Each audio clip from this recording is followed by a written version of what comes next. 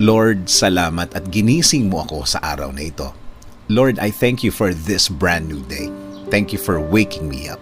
Salamat at nagising ako, Panginoon. Maraming salamat sa napakagandang gising ko na ito. Tatanggapin ko po ito as another form of blessing. Humihingi po ako ng patawad, Lord, dahil minsan hindi ko nakikita ang kagandahan ng umaga at araw.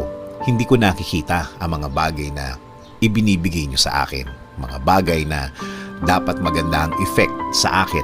Since na sa problema ako nakatingin, hindi ko po ito lahat nakikita. Kaya ngayon, Lord, mas magkukonsentrate ako sa mga biyaya niyo sa akin. Mas ibubukas ko ang aking mga mata, ang aking puso, ang aking isip. Mas hahanapin ko ang kagandahan ng araw at kagandahan ng sitwasyon.